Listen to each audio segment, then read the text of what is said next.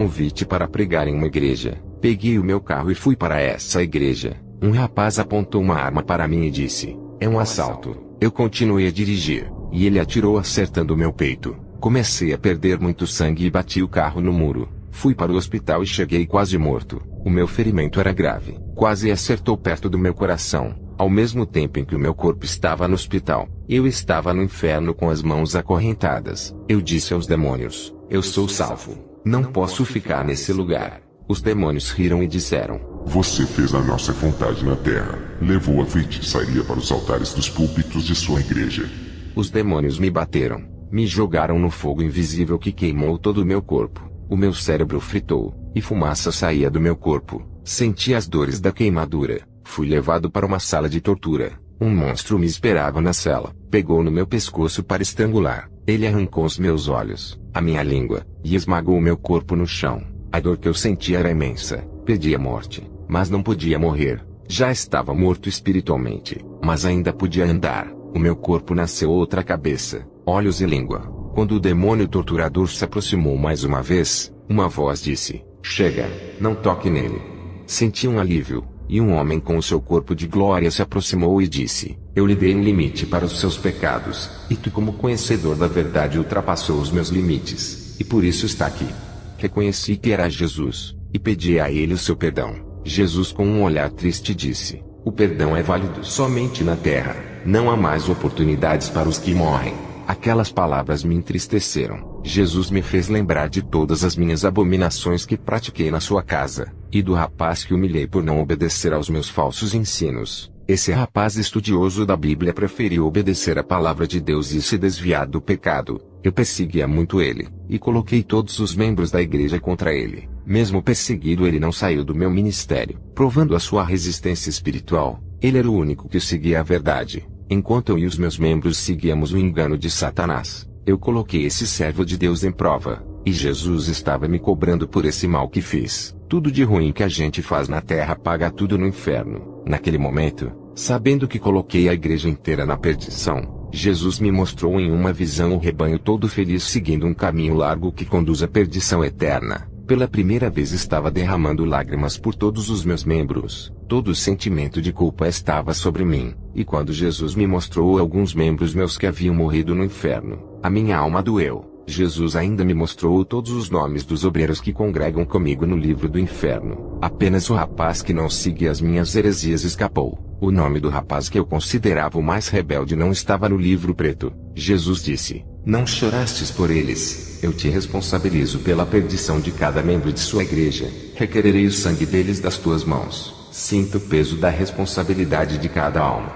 Quando Jesus falou aquilo, senti um grande peso nos meus ombros. Não consegui parar de pé e caí de joelhos. O peso da responsabilidade estava sobre mim. Jesus carregou a cruz pelos nossos pecados. Ele também carregou a nossa responsabilidade sobre os seus ombros e não recuou. E foi o maior condutor de ovelhas. Naquele momento, eu estava condenado por ter falhado na minha missão. A culpa de cada pessoa do meu ministério caiu sobre mim. Eu chorei lágrimas de sangue no inferno pela primeira vez por causa das ovelhas. Jesus me revelou o quanto os seres humanos são valiosos para ele. O dinheiro não tem importância para Jesus. São apenas cédulas de papéis fabricados pelos homens. Um dia o dinheiro perderá o valor na terra. Eu era o bispo que havia invertido os valores espirituais. O dinheiro estava em primeiro lugar acima dos membros de cada igreja. Os seres humanos têm um valor infinito, preço do sangue divino. Nem ouro, prata ou qualquer dinheiro pode comprar uma alma. No mundo espiritual, o materialismo não vale nada.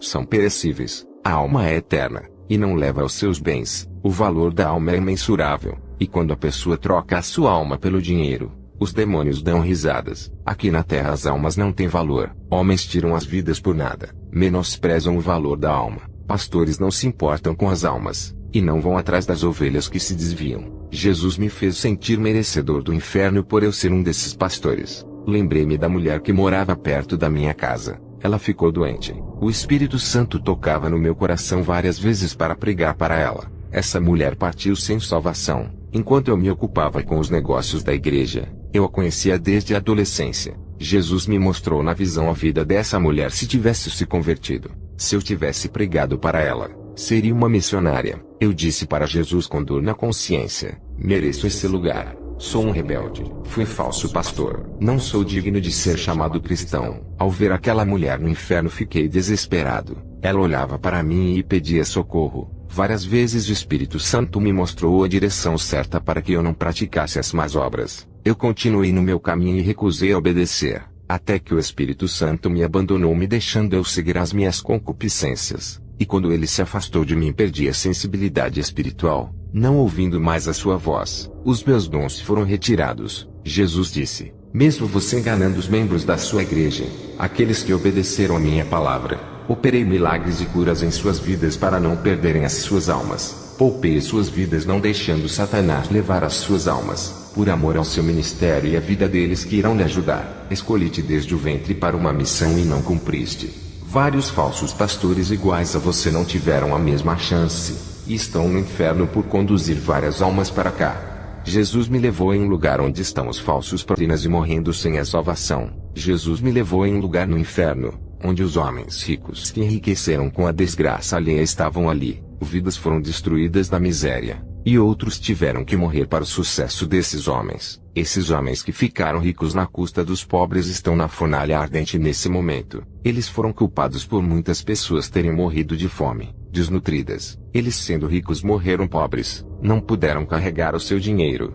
desceram pobres para as recâmaras do inferno. Tinham sucesso, fama e muito dinheiro, no auge de suas glórias. A morte os ceifou e foram esquecidos na terra. A tendência de quem sobe é descer. Quem sobe de mais um dia irá descer. Assim como Lúcifer desceu, todos os reinos da Bíblia que já foram grandes e atingiram o topo do mundo caíram. Quanto mais altos subiram, maiores foram as suas quedas. Jesus se fez servo, se humilhou para ser exaltado entre as nações. O segredo para o cristão continuar subindo é descendo na humilhação diante de Deus. Eu fui exaltado pelo meu ego, mas Jesus me abateu quando me lançou no inferno. Lá eu não era nada. Parecia um boneco de divertimento dos demônios. Você pode ser o homem mais poderoso da terra e comandar o exército de soldados ao seu favor. Quando chegar no inferno, vai ser apenas mais uma alma como qualquer outra pessoa. Não há diferença entre o presidente e um morador de rua para o inferno. Morreu sem Jesus, o sofrimento é o mesmo para todos. A mesma chama que acende o corpo do rico irá acender o corpo do pobre. Eu vi no inferno um rico e um pobre sofrendo juntos, um do lado do outro. Ambos foram carbonizados pelo fogo virando carvão.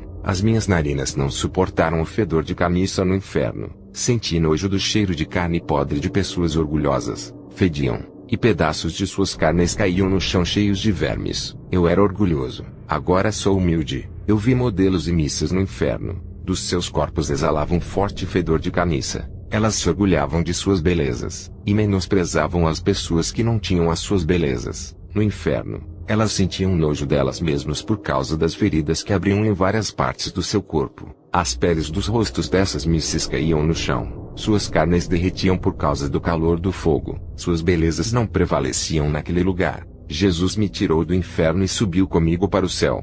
Entrei em uma cidade maravilhosa de ruas de ouro e pedras preciosas. Lá, o ladrão não rouba e não mina. Pelas minhas obras eu não merecia estar naquele lugar. Eu fiquei muito emocionado quando Jesus mandou o anjo escrever o meu nome no livro da vida pela primeira vez. O meu nome nunca esteve escrito naquele livro apesar de ser um bispo. Para entrar ali tem que ser santo. O caminho é estreito. Igreja, sem renúncia não há paraíso para os cristãos. Jesus me falou o verdadeiro significado da prosperidade. Ela não é terrena, e sim celestial. Para obter essa prosperidade do céu, tem que rejeitar as riquezas desse mundo. Eu vi a herança espiritual que Jesus deixou para a igreja. São mansões de ouro guardadas para cada servo fiel que ainda vive na terra. Igreja, não busque o que é passageiro, busque o que é eterno. Tudo na terra passa e são perecíveis. Os tesouros no céu são acumulados para os santos que trabalham para Deus e vivem a verdade. Todas essas riquezas estão no céu onde a traça ou a ferrugem não consomem. Ali os ladrões não podem roubar os seus tesouros que Deus guardou para você.